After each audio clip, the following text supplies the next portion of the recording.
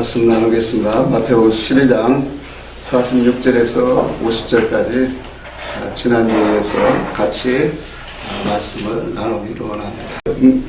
마태복음 25장 44절 이하에도 보니까 염소들이 그렇게 주님 앞에 말해요. 우리가 어느 때에 주의 줄이신 것이나 또 목마르신 것이나 나그네 되신 것과 벗으신 것과 병든 것과 옥에 갇혔을 때 왜 우리가 주님을 돌아보지 않았습니까? 그래. 근데 주님이 뭐라고 하냐? 내 이웃들에게 하지 아니한 것이 이런 것이다 그래요. 자, 우리가 표면적으로 보면, 자, 그러면 예수를 믿고 예수님처럼 우리도 갇힌 자, 가난한 자, 또 벗은 자, 줄인 자 이런 것들을 모아야 된다는 거예요. 돌아봐야 되는구나. 그래서 정말로 고아원도 찾아가고 양로원도 찾아가고 이런 걸 잘 도와야 되는구나. 그렇게 우리는 볼 수 있어요. 물론 그건 인간이라면 그 감정이 있기 때문에 할 수 있어요. 그러나 성경은 그거 말하는 게 아니에요. 영의 중심을 두고 말씀하고 있다는 거예요. 그러니까 우리가 하나님의 말씀, 이들은 누구예요? 영적인 믿음의 지도자 선생들은 지금 말씀하고 있는데, 이들에게 하나님이 주신 일은 뭐예요? 영의 옷을 입혀주고 영적인 신령한 집을 지으라고 하나님이 그들을 건축자로 세워주셨어요. 그러니까 그들이 주님 앞에 해야 될 것은 뭐예요? 줄이신 것과 또 벌거벗은 것과 나그네 된 그런 영혼들, 그게 누구예요? 벗은 자들이 뭐예요? 하나님의 의의 옷을 입지 못한 자들, 하나님의 생명의 말씀을 먹지 못한 기근에 있는 자들. 그러니까 세상적인 육적인 것들을 아무리 도와주고 그 선행을 한다고 해도 영적인 목적이 들어가지 아니한 것은 주님과 관계가 없다. 그래서 주님이 고린도전서 13장에 그렇게 말한 거예요. 자기의 몸을 불사르는데 내어주고 자기 있는 모든 것을 내어줄지라도 사람이 없으면 다 되리라. 그만큼 예수 그리스도가 우리에게 이 땅에 오셔서 모든 일을 행하신 것은 하나님의 나라 살리는 사랑의 중심에 있다는 거예요. 그러니 우리의 신앙생활도 어떤 목적에다 놓고 일을 해야 되고 어떤 신앙에다가 중심을 두고 행위적인 일이 나와야 되는가를, 그것이 뭐냐? 말씀을 통해서 나오고 있더라는 거예요. 그러니까 예수 그리스도를 우리가 믿고 진리를 알고 하나님의 뜻을 알고 그 하나님의 뜻을 안다는 것은 내가 무엇을 먹고 무엇은 일을 해야 된가를 분명히 알아가는 사람이에요. 아멘. 그러니까 이 일을 아는 사람은 내 모든 삶의 영역을 다 어디로 무엇에 초점되고 살아가냐면 영혼을 위하여 가는 사람이에요. 아멘. 영혼 구원을 위해서. 그것이 영혼 구원이 곧 하나님께 그분을 영화롭게 하는 것이다란 말이에요. 그러니까 연약한 사람이 있으면 그 사람에게 영적으로 하나님의 뜻이 무엇인가를 가로 말씀을, 좋은 말씀을 먹여주는 것이 뭐예요?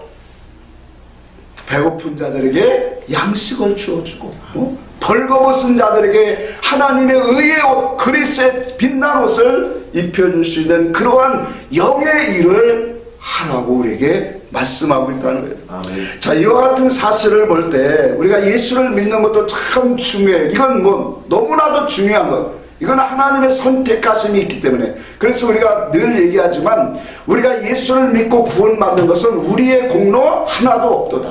오직 하나님의 은혜예요. 그 하나님의 은혜로 하나님의 교회에 들어온 우리들에게 하나님이 요구하시는 게 이제는 뭐예요? 그래서 하나님이 교회를 세우신 거예요. 당신의 종도를 통해서 하나님의 의와 뜻을 증거하게 하시고 하나님의 목적하는 사람으로 우리를 만들어 가기 위해서 말씀을 주기 위한 거예요. 그러면 하나님이 이와 같이 우리 이 세상에 당신의 백성들에게 하나님의 뜻을 뭐예요? 교회에 나온 자들에게 하나님의 뜻을 알게 해서 하나님의 목적하는 사람으로 만들고자 하나님이 준비한 곳이 어디예요? 교회예요. 그것이 구약으로 말하면 광야 생활이에요. 그러니까 광야를 통해서 하나님이 반드시 요구하시는 사람으로 거기서 만들어지라고 수없는 사건을 또 거기서 계명을 하나님이 주신 거예요. 근데 그 속에서 하나님의 뜻을 발견하지 못하고 단순히 하나님이 주시는 기사와 이적을 맛보고 할렐루야 하는 사람들은 고난이 오고 시련이 올 때마다 어떻게 돼요? 하나님을 불평과 원망이 돼요. 오늘날도 마찬가지예요. 오늘날도 교회 안에서 하나님의 뜻을 말씀을 통하여 우리는 늘 깨달아야 돼요. 그래서 하나님이 우리의 삶 속에서 어떻게 나를 가지고 움직이고 있다는 거예요. 여러분, 하나님이 우리는 보이지 않지만 그 보이지 아니하는 하나님이 우리의 삶에 깊이 개입하시고 우리를 지금도 이끌어가고 있다는 걸 알아야 돼요. 그 하나님이 나의 모든 삶을 뭐예요?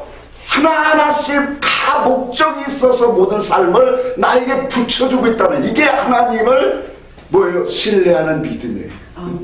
이 믿음으로 우리는 가야 돼. 자, 그래서 우리가 이 예수를 믿는데 하나님의 뜻을 아는 것은 너무나도 중요하다. 오늘 본문에도 하나님의 뜻을 알지 못하면 네가 나한테 예수를 믿고 네 부모 형제도 다 뭐예요? 관계성이 끊어진다라는 거예요. 예수 그리스도의 말씀, 예수 그리스도의 생명, 예수 그리스도의 그 믿음으로 우리는 하나가 되어야 된다. 그 속에서는 분명히 하나님이 하시는 새 일의 역사가 우리에게 약속되어 있다라는 거예요. 아멘. 그래서 우리가 주여 주여 부르고 많은 귀신을 쫓아내고 권능을 행해도 그것은 자기 중심에서 나와요. 그게 다 천사들의 세계에서 움직여지는 거예요. 그 하나님의 뜻은 뭐예요? 하나님의 영은 하나님의 뜻을 알게 하고 하나님의 은혜와 사랑을 알게 하는 것이 성령의 역사예요. 자, 그래서 성경에는 수없는 많은 사람들이 기록되어 있어요. 거기에다 선지자와 종과 제사장과 또 왕과 신하와 백성과 모든 사람들이 성경에 나오는 인물들이 있어요. 근데 그 기록들을 우리가 바라보면서 정말로 마지막 때까지도 정말로 하나님의 온전한 뜻을 알지 못하면 하나님의 부르심을 받고 이와 같이 쓰임을 받더라도 결과가 안 좋은 사람들이 너무 많다. 왜요? 하나님의 뜻이 무엇인가를 불러. 오늘날 교회 안에 있는 우리들도 하나님이 왜 세상에서 나를 불러내셨는가를 알아야 되고 그 목적 아래서 내는 하나님의 온전하심으로 나아가야 된다. 이것이 우리의 신앙생활이 되어야 돼요. 광야 백성들을 우리가 잠시 보면은 광야 백성들이 애굽에서 출애굽한 백성들이 남자만 20세 이상으로 된 사람이 60만이 좀 넘었어요. 근데 그 백성들 중에 하나님의 뜻을 발견한 사람은 2사람밖에 없다고 그래요. 참 얼마나 이게 참 수없는 많은 사람이 있었는데 그 속에서 여호수아와 갈렙만이 온전히 하나님을 신뢰하고 순종했다 그렇게 말해요. 그럼 나머지 사람들은 뭐예요? 육의 속에서 머물러 있었다라는 거예요. 그러니까 하나님이 이 광야로 인도하신 그 뜻을 모르니까 좋은 일이 있을 때는 감사와 찬송을 드리는데 어려운 일이 오면 그냥 불평하고 원망하고 모세를 대적하는 사람이 되어지더라고요. 저는 신앙생활을 하면서 많은 사람들을 만나게 돼요. 근데 그 많은 사람들을 만나보면 광야 백성들을 우리가 욕하고 하지요. 수없이 왜 저렇게 하나님이 기사와 이적을 수없이 보내주는데 왜 하나님 앞에 꺼심하면 저렇게 원망하고 할까? 근데 그 모습이 오늘날 교회의 모습이라는 거예요. 수없이 우리에게 하나님 주실 때는 감사 찬송하다가 어려움이 오면 왜 이렇게 하나님을 섭섭하게 여기고 그렇게 여길까? 이것이 우리의 모습임을 바라보면서 우리가 하나님 말씀을 통해서 하나님의 뜻을 발견하는 게 너무 중요해요. 그 하나님의 뜻 안에서 우리는 설계가 다시 그려져야 되고 그 속에서 한 가지씩 한 가지씩 순종함으로 우리의 신앙생활이 너무 우리의 영역이 넓혀져 가야 된다는 거예요. 이것이 아니면 마태복음 7장과 25장에 있는 그 무리들과 같이 똑같이 외쳐지게 된다는 거예요. 그날에. 아니 여기서 잘못하면 다시 시작할 수 있잖아요. 그렇죠? 다시 시작할 수 있는데 그날에 가서 나는 너희를 도무지 알지 못한다. 불법을 행하는 자들아 내게서 돌이켜라고 한다면 이건 너무나도 심각한 거잖아요. 내가 예수를 사랑합니다. 정말로 예수를 좋아합니다. 눈물 흘리면서 콧물 눈물 흘리면서 기도한 적이 얼마나 많은데, 물론 그것도 없는 사람은 뭐 할 말이 없지만 얼마나 우리는 주님을 사랑한다고 외치고 정말로 콧물을 흘리면서 이렇게 나오면서 기도를 했어요. 근데 그날에 가서 주님이 나를 모른다고 하면 이건 너무 허전한 거 아니에요? 하나님의 부르신 약속과 뜻이 우리에게는 반드시 증거로 있어야 돼. 예수 믿는 것은 많은 증거있도다. 어떠한 육신적인 증거가 그것도 필요하지만, 체험적인 증거도 필요하지만, 우리는 진리의 증거, 하늘의 증거를 가지는 사람이 되어야 돼요. 아멘. 그래서 오늘 우리가 이 신앙생활을 하면 구약 성경에 보면 수없는 많은 사람들이 하나님 앞에 귀한 자리, 존귀한 자리에 들어왔지만 하나님의 뜻을 알지 못하고 오늘 결말이 안 좋은 사람들이 너무 많더라. 오늘날 이 시대를 우리는 구약을 바라보면서 보게 되어지는 겁니다. 오늘 레위기 10장에 보니까 대제사장 아론의 두 아들이 나와요. 근데 그 대제사장 아론의 두 아들이 여호와께서 명하신 불로 제사를 드려야 되는데, 여호와께서 명하시 아닌 그 다른 불을 가지고 제사를 드리다가 어떻게 했어요? 하나님의 불이 그 사람들을 태워주는 인식을 하지만 여호와가 주시지 않은 불이 뭔가를 보여야 되고, 여호와께서 우리에게 주시는 불로 우리가 예배하라고 하는 의미를 우리는 알아야 된다 말이에요. 왜? 하나님이 주시는 불이 아니면 하나님이 뭐예요? 심판하신다라는 것을 분명히 구약 성경에서도 수없이 이렇게, 우리가 신약에는 그랬죠. 주여 주여 하는 자마다 아버지께로 갈 것이 아니라 내 아버지의 뜻대로 행하는 자가 들어가리라 말씀을 이렇게 주님이 직접 해주셨지만, 구약에는 예표적으로 이렇게 그림으로 우리에게 사건적으로 보여주신 거예요. 대제사장의 아들이에요. 엄청난 은혜를 입은 사람들의 신분적으로 고귀한 신분을 이건 택함으로 이루어진 사람들이잖아요. 그런데 그 사람들이 그와 같은 하나님의 은혜를 입은 사람인데도 그들은 뭐예요? 하나님이 주신 불로 섬기지 않았어요. 하나님이 주신 불은 뭔가? 누가복음의 12장 그랬어요. 내가 땅에 불을 던지러 왔노라. 그것을 마태복음에는 또 이렇게 말했어요. 내가 땅에 진리를 던지러 왔노라. 하나님의 불은 진리예요. 하나님의 불은 우리를 태우는 생명의 불이란 말이에요. 그래서 그 불을 하나님이 주신 말씀의 뜻과 진리를 가지고 하나님을 섬겨야 된다라고 하는 것을 뭐예요? 보여주고 있는 말씀이에요. 근데 하나님이 주신 불이 아니면 뭐예요? 그건 심판에 이른다라고 말하는 거예요. 세례 요한이 이런 말씀을 하였어요. 나는 물로 너에게 세례를 주거니와 내 뒤에 오시는 이는 성령과 불로 세례를 줄 것이다. 그러니까 예수님은 뭘로 주세요? 성령과 불. 그 불이 뭐예요? 거기서 진리예요. 그 진리와 성령으로 우리를 뭐예요? 세례해 주시는 분이란 말이에요. 그러니까 예수 그리스도 하나님이 주시는 불이 바로 누구예요? 예수 그리스도인데, 그것을 상징하는데 하나님이 주신 불로 하지 아니에요. 다시 말하면 진리의 말씀으로 오늘날도 우리가 하나님을 알고 하나님을 섬겨야 된다는 사실이에요. 아멘? 아멘. 근데 이것으로 알지 못하고 하나님을 섬기면 죽는다, 사망에 이른다, 망한다라고 하는 것을 뭐예요? 다 보여주고 있다는 사실이에요.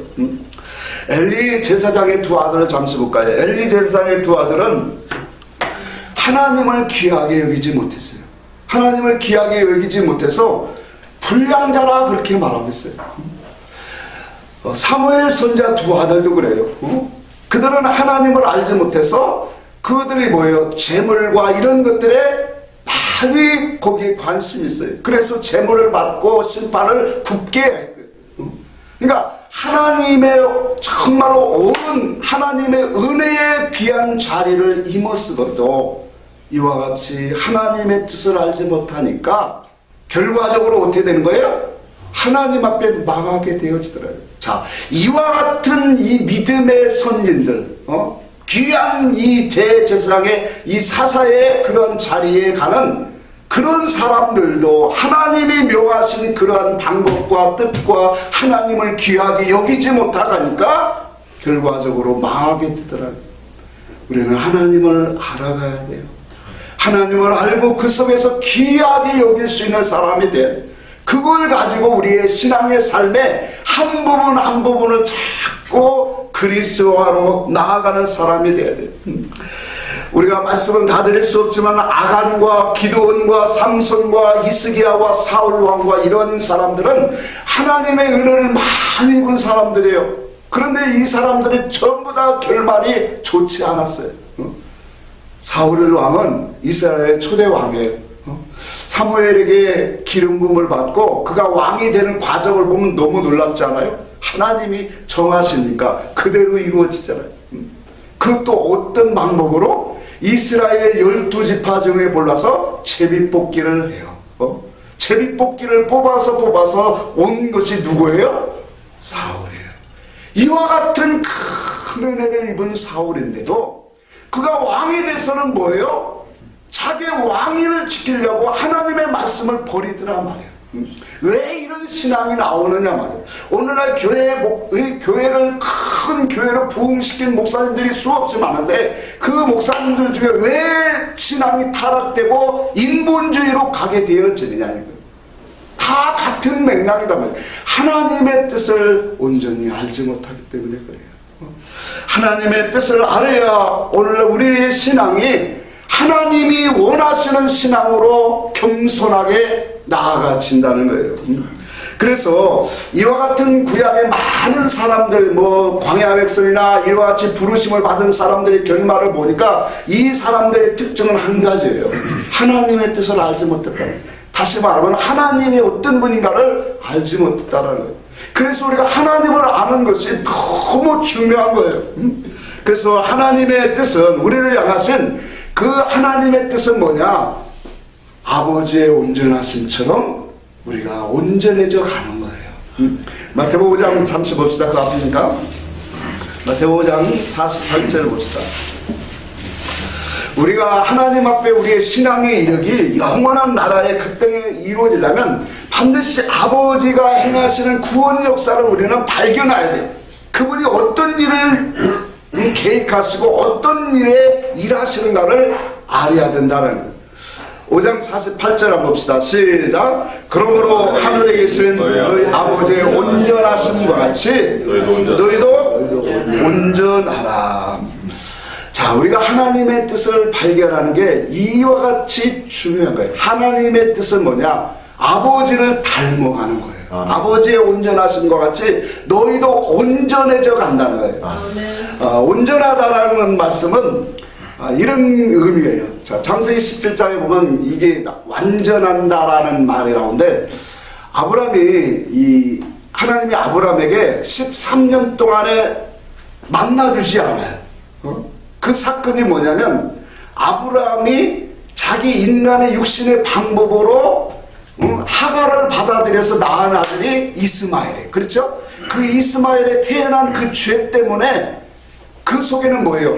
하나님을 의지하지 하고 하나님 말씀을 믿지 못한 그런 의심으로 나온 육의 행실, 그게 이스마엘이란 말이에요. 그것 때문에 하나님의 말씀으로 인도하시고 말씀으로 찾아오신 그 하나님이 13년 동안 아브라함에게 나타나지 않아요.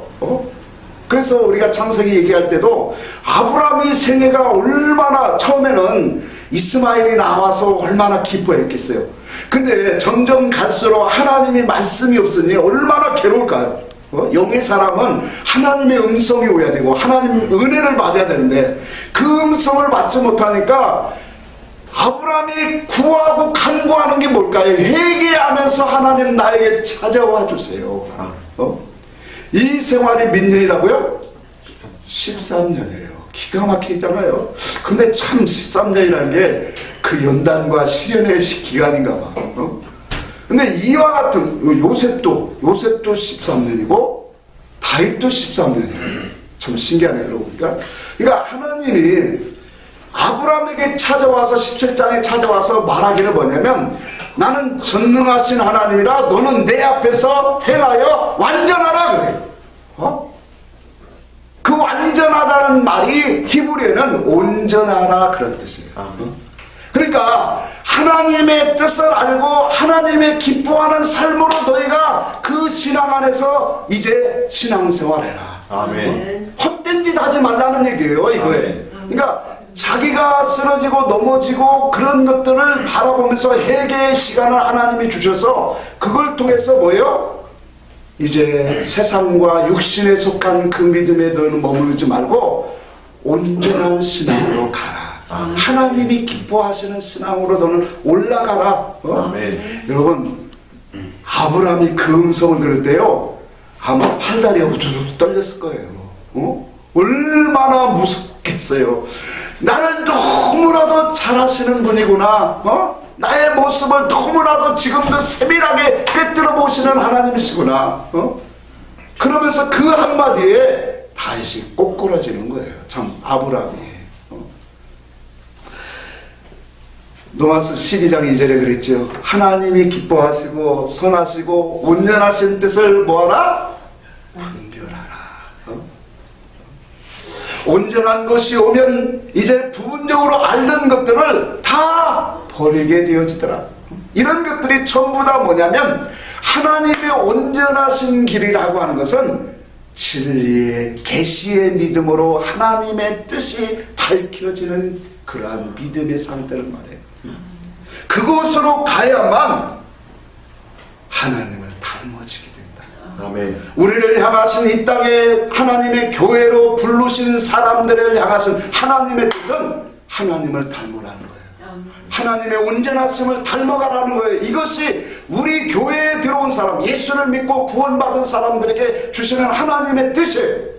이 온전함을 이루어져 가는 사람에게 당신의 나라를 영생을 약속으로 주시겠다라는 거예요. 아멘. 이건 분명하고 정확한 얘기예요. 그래서 오늘 우리가 이 땅에서 아버지를 우리는 닮아가야 돼요. 자, 그런데 한번 생각해 보세요. 아버지는 영이세요. 아버지는 말씀으로만 계세요. 그렇죠? 근데 그 아버지는 우리가 무엇으로 닮아갈 수 있겠느냐 말이에요. 닮아갈 수 없잖아요. 어떤 보여지는 것도 아니고 그냥 말씀으로만 하는데 어떻게 보여요? 그래서 아들을 보내신 거예요. 아버지를 보고 아버지를 알고 아버지를 닮아가고 아버지의 뜻을 아는 것은 그래 내 아들을 보내니까 그 아들을 통해서 너희가 그 말씀을 듣고 그 지혜와 지식과 그 마음과 사상을 바라봐라. 그분이 어떤 일을 하고 어떤 생각을 갖고 어떻게 살아가는가를 너희들은 보라. 역사적으로 실질적으로 아들을 보내서 보여줘요. 그래서 이브리서 12장 2절에도 믿음의 주요 온전케 하시는 믿음의 주요라고 했죠. 믿음의 주인이라는 거예요. 믿음의 주인이시고 또한 우리를 온전케 하시는 이인 누구를? 예수를 바라보자. 아멘. 우리를 온전케 하시는 분은 예수 그리스도라는 말이에요. 아멘. 그러니까 아버지를 우리가 볼 수도 없고 아버지를 보는 자는 다 죽는다고 했거든. 아버지를 볼 수 없는데 아버지를 우리가 알고 아버지의 뜻을 알고 아버지를 닮아갈 수 있는 것을 우리가 모르기 때문에 아들을 보내서 그가 말씀으로 증거하고 왜? 주님은 아버지의 의와 뜻을 행하러 오셨기 때문에 자기의 의가 아니라 아버지의 것만 가지고 오신 분이 누구예요? 예수님이에요. 그러니까 예수님이 이 땅에 오셔서 말씀을 증거하시고 기사와 이적을 행하는 모든 그 중심 속에는 아버지의 뜻과 의와 구원의 이치를 드러내는 귀한 것들이 다 거기에 담겨져 있더란 말이에요. 그래서 그 예수 그리스도의 말씀, 진리를 우리가 알아듣게 되어지면 그분의 지식과 지혜와 그분의 마음과 사상이 들어와지는 거예요. 아멘. 그분의 가치관이 들어와요. 그분의 목적관이 들어와요. 그러니까 그분의 말씀을 우리가 잘 깨달아 먹으면 그분을 닮아가게 되어 있어요. 아멘. 지식이 먼저 반듯하게 돼요. 지식이 삐뚤어지면 모든 것이 다 가짜가 돼요.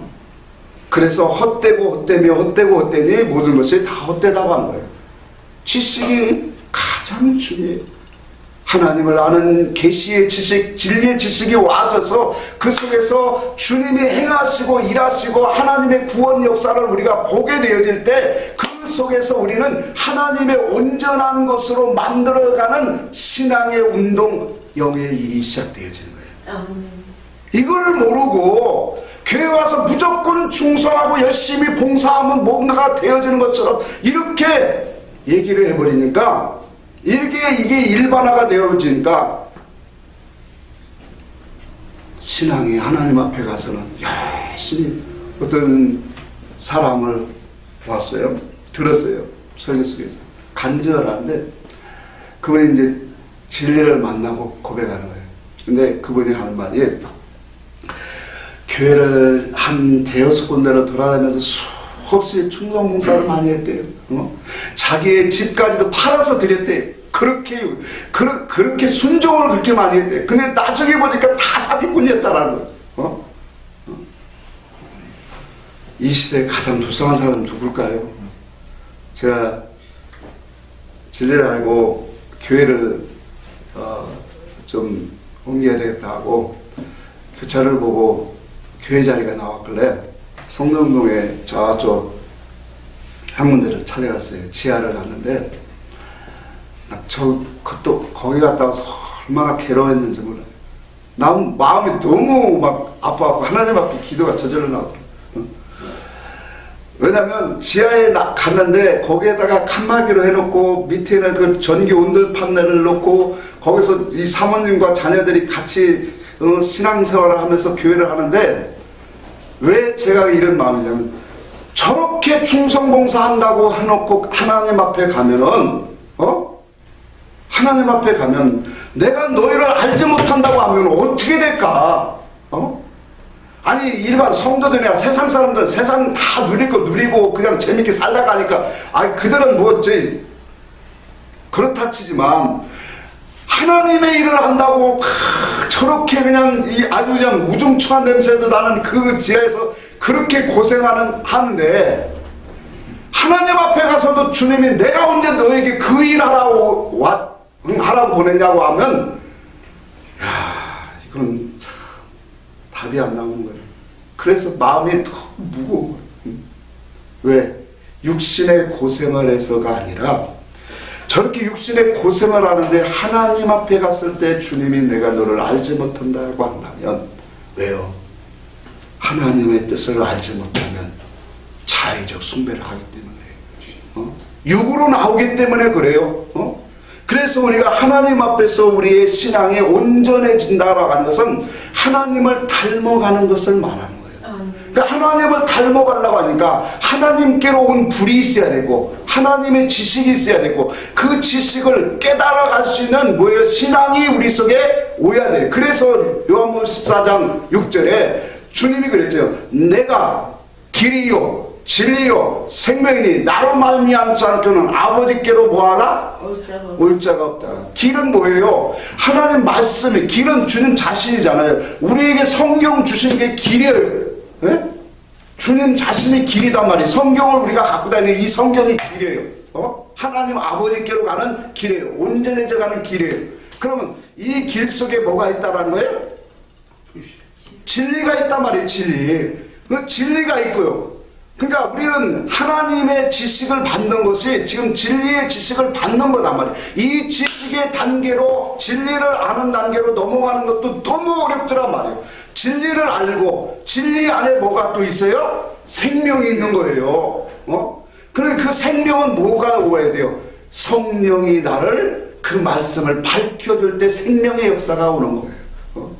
그래서 이 생명의 역사가 오기까지 우리는 말씀을 자꾸 먹고 또 그 말씀 속에서 하나님 앞에 마음과 뜻을 드리면 생명의 성령의 법이 나를 하나님이 주관하시는 거예요.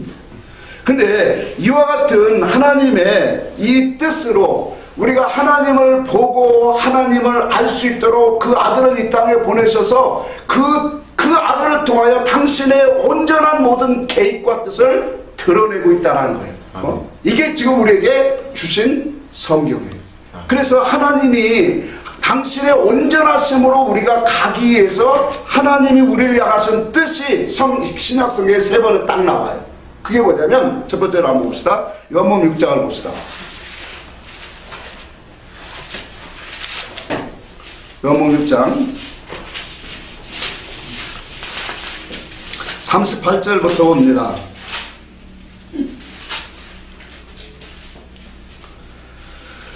요한복음 6장 38절 40절까지 같이 한번 읽습니다. 시작. 내가 하늘에서 내려온 것은 내 뜻을 행하려 함이 아니요 나를 보내신 이의 뜻을 행하려 함이니라. 나를 보내신 이의 뜻은 내게 주신 자 중에 내가 하나도 잃어버리지 아니하고 마지막 날에 다시 살리는 이것이니라. 내 아버지의 뜻은 아들을 보고 믿는 자마다 영생을 얻는 이것이니 마지막 날에 내가 이를 다시 살리시니라. 아멘. 자, 아버지의 온전한 뜻으로 우리가 가기 위해서는 아들을 보여야 되는 거예요.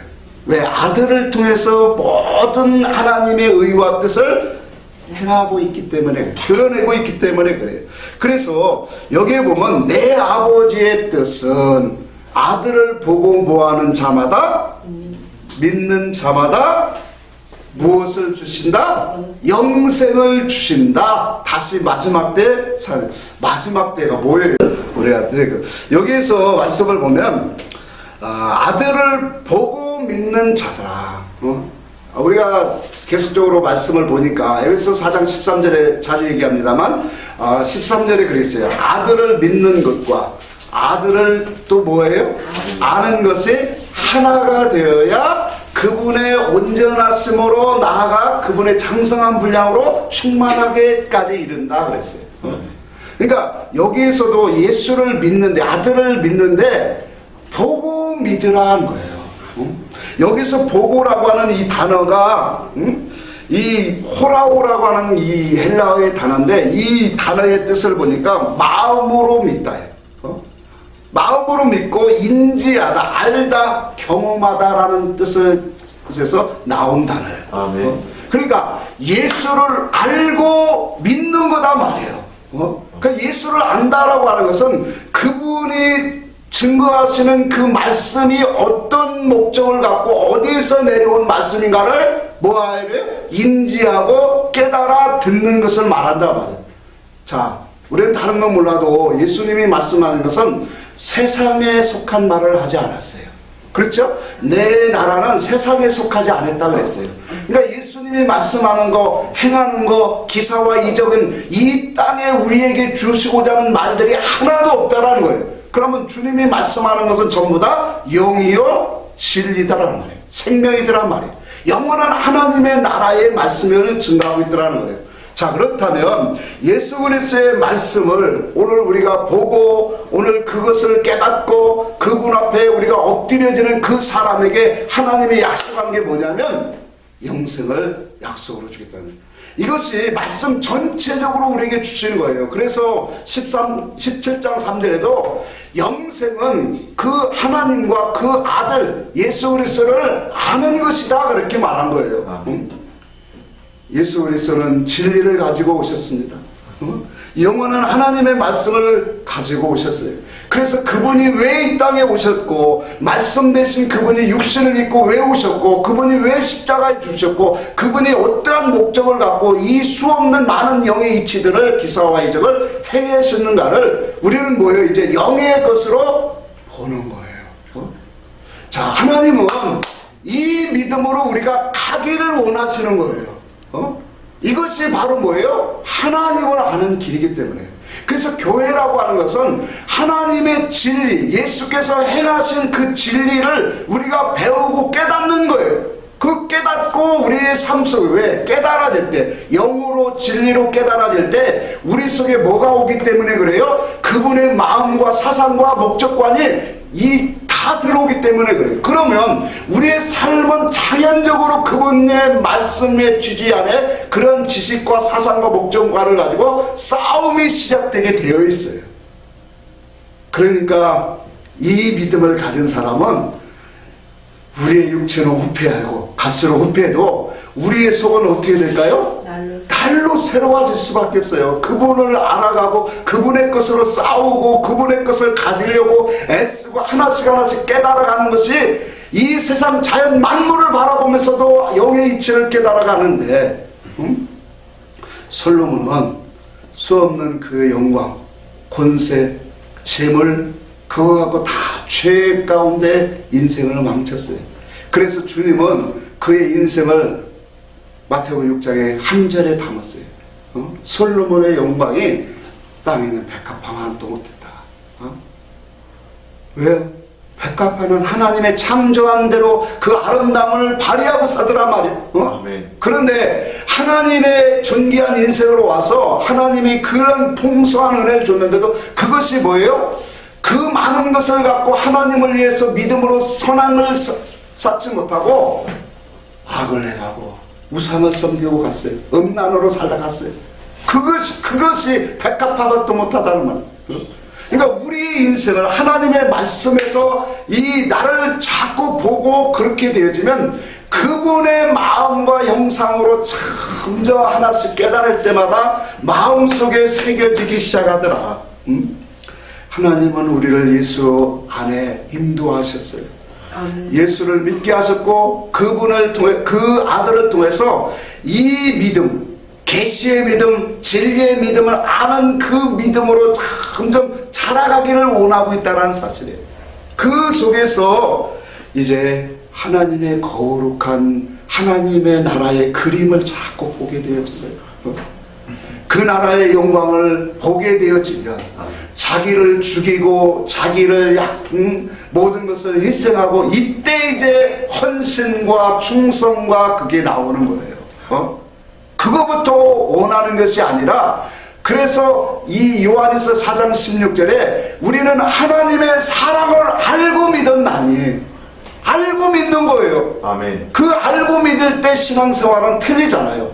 자의적으로 하나님 앞에 자기를 드려지게 되고 자기가 이 땅에서 세상의 모든 것들을 보고 듣고 하는 그 속에서 하나님의 영적인 일을 해서 자기를 굴복시키는 삶이 되어지고 이런 모든 것들이 다 하나님을 아는 데서 나오고 있더라고요. 구약 성경에 보면 욥이라는 사람이 나와요.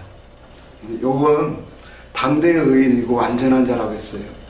그런데 그런 의인이고 완전한 사람을 하나님이 왜 그에게 이러한 큰 고난과 시련을 주었을까? 우리가 언뜻 생각하면 이해가 안 돼요. 왜 하나님이 자식들도 죽이고 모든 것 다 죽이고, 이 욥은 누구예요? 하나님을 사랑한 사람이에요. 여러분, 하나님을 사랑하는 사람은 하나님의 주권 속에서 더 귀한 것, 더 아름다운 것, 더 풍성함을 주려고 고난도 많은 거예요. 네? 우리 권사님과 지사님도 삶이 평화롭지는 못했을 거야. 왜? 평화로우면 진리를 찾을 수가 없어요. 하나님을 사랑하는 사람들은 많은 연단을 받게 돼요. 그 속에서 뭐가 오냐면 하나님 바라보게 만들어요. 정말이에요. 그러니까 우리가 세상에서 바울이 그랬죠. 부하게도 마옵시고 가난하기도 마옵시고 정말로 너무나 아름다운 길이에요. 부해지면 그것 갖고 타락할 수가 있어요. 우리의 먹고 살고 입는 것으로 오늘 내가 이렇게 살아가는 걸로 감사하며 가는 게 우리의 신앙생활에 옳은 거예요. 욥이 이렇게 하나님을 사랑하니까 그 하나님을 사랑하기 전에는 그 말씀이 이해가 되잖아요. 왜 욥이 이렇게 의인이고 당대에, 물론 당대 이 욥은 율법을 주시기 전에 사람이에요. 그러니까 율법이 오기 전에 의인이고 완전한 자라고 하는 것은 윤리 도덕적으로 흠이 없다라는 거예요. 그만큼 하나님을 위해서 살았다는 거예요. 근데 그런 욥에게 이와 같은 시련과 어려움을 준 것은 왜 주었냐? 하나님이 더 귀한 것 주려고 했다니까. 하나님이 온전한 것 주려고. 그래서 욥의 이 기록 마지막 장에 보면 그랬죠. 내가 여태까지는 하나님을 귀로만 들었더니 이제는 뭐 했다 했어요? 내가 이제는 눈으로 배움나이다. 그렇게 말하는 거예요. 보는 신앙이 되었다는 거예요. 하나님이 행하시는 일이 무엇이구나, 하나님이 무엇을 위하여 이렇게 일하시는구나, 하나님이 행하시는 일을 보는 신앙, 이것이 오늘 우리가 보는 예수 아들을 보고 믿는 거예요. 하나님이 일하시는 그 모습을 보는 거예요. 그러니까 하나님이 나의 인생 속에서 하나님이 이렇게 일하시는구나, 이것이 왜 이런 일을 하고 계신가, 하나님이 무슨 목적을 갖고 무슨 일을 위해서 이렇게 나를 훈련하시고 연단하시는구나 보는 거예요. 그러니까 그 보는 순간부터는 뭐예요? 불평과 원망이 싹 사라지고 모든 범사에 감사가 되어진다. 그분의 은혜와 사랑이죠. 하나님의 사랑에 우리가 이 본 역사가 오면요, 하나님의 그 놀라운 은혜가 사랑이 들어와요. 그 속에서 자기가 모든 것들이 이 자아와 모든 것들이 하나씩 그 순간순간 하나씩 깨져나가는 거예요. 두 번째로 하나님이 우리를 향하신 뜻은 거룩함이에요. 하나님이 온전하신 것으로 가는 것은 주님을 닮아든. 그래서 성경의 구약에도 그랬어요. 나 여호와 하나님은 거룩함이니라. 우리 베드로전서 1장 한번 봅시다.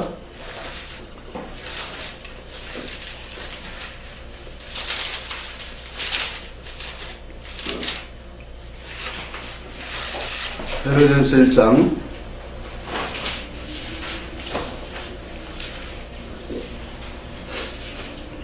15절부터 읽겠습니다. 15절 16절 시작.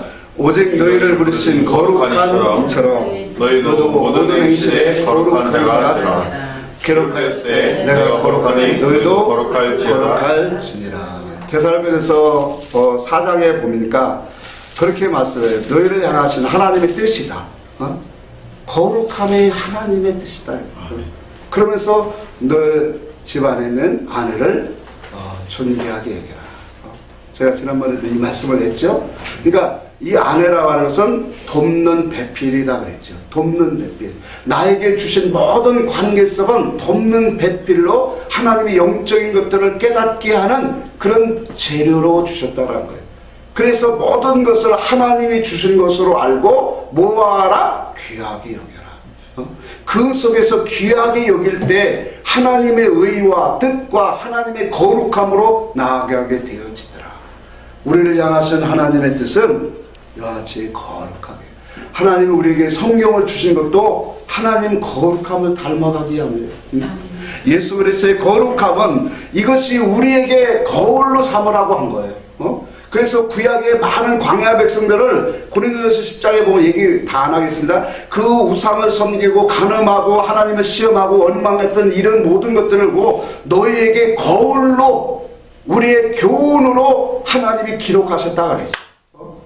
그것을 통해서 뭐예요? 너희는 그러한 그와 같은 악을 행하지 말라. 그러면서 뭐예요? 광야 백성들이 그와 같이 똑같이 신령한 음료와 신령한 떡을 먹었지만 이렇게 죄를 범했더라. 오늘 우리도 하나님의 예수 그리스도의 말씀을 통해서 우리는 먹는데 그 말씀을, 진리를 받아 먹고 하나님의 온전하신 뜻을 받아 먹으면 그 속에서 뭐예요? 이와 같은 죄가 올 때마다 이겨지는 역사가 와진다라는 거예요. 그래서 우리가 십자가는 나를 죽이고 그분 앞에 내가 설 수 있는 그런 은혜를 힘입게 하지만 진리는 뭐예요? 하나님의 뜻을 갖고 싸워 이길 수 있는 사람으로 만들어가는 거예요. 그래서 진리가 무기인 거예요.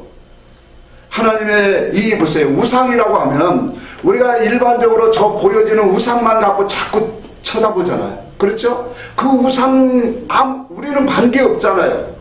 그런데 우상을 섬기지 말라, 우상을 가까이, 이런 것들이 다 우리에게 지금 주시고 있단 말이에요. 하나님보다 더 사랑하는 것이 뭐라고 했어요? 우상이라고 그랬어요. 그러니까 우리 속에는 우상이 너무 많아요. 그러면 이런 것들이 하나님의 진리 이치로 우리가 세워지면 이제 이 우상으로 우리가 삶의 관계 속에서 맺었던 것들이 하나씩 하나씩 끊겨지게 되는 거예요. 간음하는 것도 그래요. 우리가 육신적인 간음을 안 할지라도 영적인 간음을 우리는 너무 많이 하고 있거든요. 세상을 사랑하는 것이 세상을 사랑하는 자들아 너희가 뭐라고 했어요? 간음하는 줄 알지 못하느냐? 야고보서 4장에 말했죠. 그러니까 세상을 사랑하는 게 뭐라고요? 간음이에요. 하나님 사랑하지 않냐고 다른 것들을 세상을 사랑하고 그것을 추구하고 하는 게 그게 간음. 자, 그러니까 역사적으로 우리가 우상을 섬기지 말라, 간음하지 말라, 원망하지 말라, 하나님 이런 것들은 표면적인 거지만 우리의 신앙의 사상적으로 마음적으로 이 삶 속에서는 많은 교훈으로 우리에게 나타나고 있더라는 거예요. 이것을 우리가 싸워 이길 수 있는 것이 뭐예요? 말씀의 능력이다라는 영의 이치를 마음으로 그분의 지혜와 지식과 사상에 오해야 된다라는. 아멘. 그래서 우리에게 하나님의 교회를 말씀을 주시는 거예요. 디모데후서 3장 16절 17절에 우리에게 잘 아는 말씀에 모든 성경은 하나님의 감동으로 기록된 것으로 교훈과 책망과 의로 교육하기에 유익하니 이는 하나님의 사람으로 온전케 하며 하나님의 모든 선을 행하기에 온전케 하려 하십니다. 그러니까 하나님이 이 성경을 통해서 교훈과 책망과 바르게 함과 의로 교육해서 그걸 결과적으로 뭐예요? 하나님의 온전하심으로 나아가게 하기 위함이라며. 하나님의 선한 것, 하나님의 행하시는 모든 것에서 아멘, 아멘 되어지고 그 아멘, 아멘 되어질 때마다 우리의 신앙의 삶이 한 가지씩 주님의 형상으로 닮아가지더라. 그거 만들려고 하고 있더라요. 마지막으로 데살로니가 전서 5장에 보면 같이 봅시다. 하나님의 아들을 통하여 우리에게 보여주신 하나님의 뜻이 데살로니가 전서 5장에 16절부터 18절까지 한번 봅시다.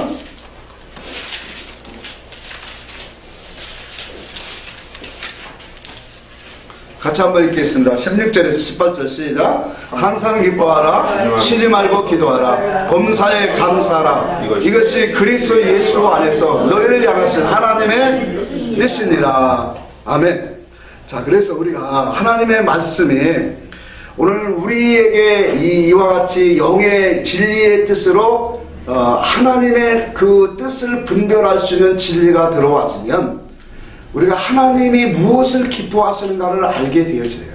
하나님이 어떤 일을 하라고 우리에게 말해요. 그러니까 성경을 주고 주의 종들을 세워서 오늘날 당신의 백성들을 이끌어가는 게 뭐예요? 결과적으로 하나님의 닮으라는 거예요. 하나님의 온전하심을 우리가 이 땅에서 행해야 된다. 그래서 하늘나라는 하나님을 닮아진 사람이 그 나라의 존귀와 영광과 모든 권세를 갖고 사용할 수 있는 나라다라는 거예요. 그러니까 그분을 닮아갈 수 있는 것이 아들을 통해서 보여주시고 그 아들을 통해서 우리에게 진리를 보여주시는 거예요. 그 진리 속에는 아버지의 그 마음과 사랑과 은혜가 담겨져 나오고 있더라고요. 자, 이와 같이 그래서 우리가 신앙생활을 이런 것들을 할 때 이게 거룩함으로 가는 것이고 그 거룩함에서 우리가 신앙생활하는 사람은 늘 범사에 감사가 되어지더라. 왜? 하나님의 주권을 인정하기 때문에. 들어가도 나가도 꼴을 얻는 사람이 이게 이 뜻이에요. 고난을 당해도 기쁨이 있어도 교회 와도 나가도 사건을 만나도 그것이 나에게 힘이 어렵고 고통스러운 사건이 와도 그것이 나에게 결과적으로는 영적인 깨달음을 통해서 하나님 앞에 영적인 꼴이 되어지더라. 이 신앙으로 하나님이 우리를 이끌어 가시는 거예요. 그러니까 이와 같은 신앙이 되어지니까 결과적으로 무엇을 먹든지 마시든지 무엇을 하든지 감사함으로 가게 돼요. 우리가 아직까지 이런 과정까지 못 가는 것은 우리가 지금 진리를 먹고 연단받고 그 신앙으로 나아가고 달려가는 신앙에 있기 때문에 그렇지. 그래도 우리도 감사하잖아요. 그러나 이제 그리스도의 형상으로 점점 강하게 돼요. 그래서 온전한 신앙의 열매는 감사예요. 감사. 오직 그리스만 보여지는 것. 데살로니가전서에 보니까 그렇게 말해. 골로새서 3장 15절 17절 한번 보겠습니다. 골로새서 3장 15절 17절까지 읽습니다. 시작. 그리스의 평강이 너희 마음을 주장하게 하라. 너희는 평강을 위하여 한 몸으로 부르심을 받았나니 너희는 또한 감사하는 자가 되라. 16절 같이 그리스의 말씀이 너희 속에 풍성히 거하고 모든 지혜로 피차 가르침에 권면하고 시와 찬송과 신령한 노래를 부르며 감사함으로 마음으로 하나님을 찬양하고 또 무엇을 하든지 말이나 이래나 다 주 예수의 이름으로 하고 그를 힘입어 하나님 아버지께 감사하라. 자, 신앙의 믿음의 선인들은 우리는 보여주고 있어요. 아브라함이나 다윗이나 모세나 다니엘이나 또 수 없는 많은 믿음의 선인들은 한결같이 말씀으로 된 사람이에요. 그들도 자기 육체를 위해서 자기 이기심과 마음의 욕심과 육체의 종력을 위해서 살았던 사람들이다. 근데 그들은 하나님을 알으니까 그와 같이 변화되어지는 삶을 우리에게 보여주고 증거를 하고 있어요. 오늘 우리가 이 땅에 살아가는 목적은 다른 것이 아니에요. 예수 그리스도를 알고 예수 그리스도를 통해서 하나님의 뜻으로 온전해지는 삶이에요. 그것이 바로 거룩함이고 그 속에서 우리는 범사에 늘 우리의 삶 속에서 하나님을 찬양하고 감사하고 가는 그런 열매 맺는 그런 신앙생활. 이 사람들에게 하나님은 뭐예요? 당신의 나라 영원한 그 영생을 약속으로 보장하고 있다는 사실을 믿고 우리가 힘들어요. 여러분 보세요. 성경에 출애굽한 사람들에게 하나님이 너희가 먹으라고 하는 떡이 있어요. 그 떡은 무슨 떡이에요? 무교병 떡이에요. 무교병 떡이에요. 그 무교병 떡은 쉽게 말하면 누룩이 안 들은 떡이에요. 유교병이 맛있을까요? 무교병이 맛있을까요? 유교. 네? 유교병이 맛없어요. 참 무교병이 누룩이 들어가고 거기에다가 단맛도 들어가고 여러 가지 모습을 되게 맛있지요. 근데 하나님의 말씀 무교병이라는 것은 하늘에서 내려주시는 진리의 말씀을 말하는 거예요. 그러니까 하나님 입장에서 우리를 향하신 소원과 목적을 증가하는 말이 되겠습니까? 인생이 복 받으세요, 축복 받으세요 이런 말을 해줘야 힘이 받고 어떤 사람이 뭐 기도를 하고 어떤 작전 기도했더니 이 응답을 받아서 이렇게 큰 복을 받았다 이런 누룩도 섞어서 주면은 졸리던 사람도 팍 눈이 귀가 떠질 텐데 진리의 말씀은 이치가 자꾸 한번 빗나가면 듣지 못하면 말씀 듣기가 힘들잖아요. 먹기도 힘들잖아요. 힘겨운 떡을 먹는 여러분들 고생하는 거예요. 그러나 이 떡 잘 먹으면 하나님 나라 갈 때 참 내가 잘 신앙생활 했구나. 주님이 그럴 거예요. 잘했다. 충성된 종아. 내 나라를 상속받아라. 이와 같은 은혜가 우리 모두에게 도하시기를 주의 이름으로 축복합니다.